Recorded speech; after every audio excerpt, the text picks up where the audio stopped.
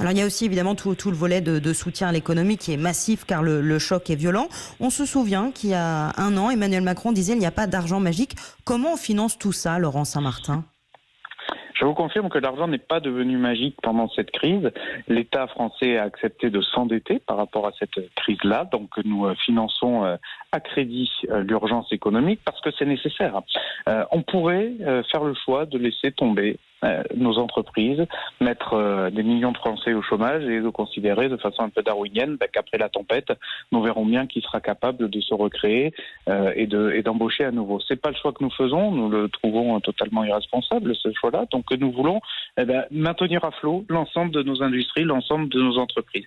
Et ça coûte très cher, effectivement. Vous avez annoncé le montant de 110 milliards, il y a aussi des baisses de recettes fiscales et les ministres de l'économie et des comptes publics ont présenté les nouvelles trajectoires des finances publiques avec effectivement un déficit très lourd, très important, jamais vu depuis la Seconde Guerre mondiale, mais ce sont des déficits et des endettements à assumer face à une telle ampleur de crise. C'est un choix politique que nous faisons, la dette plutôt que la faillite et le chômage, mais ça ne veut pas dire que l'argent est magique, ça veut bien dire effectivement que cet endettement sera remboursé un jour. Vous garantissez aux auditeurs, Laurent Saint-Martin, que ça ne se répercutera pas un jour sur les impôts des Français ? Je garantis qu'une reprise de crise ne peut être efficace que si on ne la greffe pas par de l'impôt et des prélèvements obligatoires. Il ne faut surtout pas refaire l'erreur qui a eu lieu il y a une dizaine d'années, après la crise de 2008, en disant qu'on va tout de suite résorber les déficits en remontant les impôts. C'est une double erreur. D'abord parce que des déficits publics fortement créés par une crise ne se résorbent pas en quelques années, ça va prendre beaucoup de temps.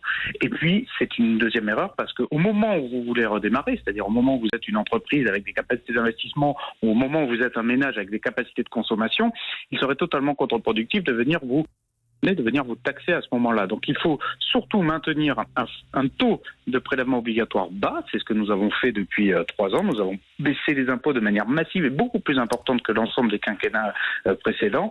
Il faut garder ce cap-là de stabilité fiscale. Aujourd'hui, les ménages ont gagné fortement en pouvoir d'achat depuis 3 ans grâce à notre politique fiscale.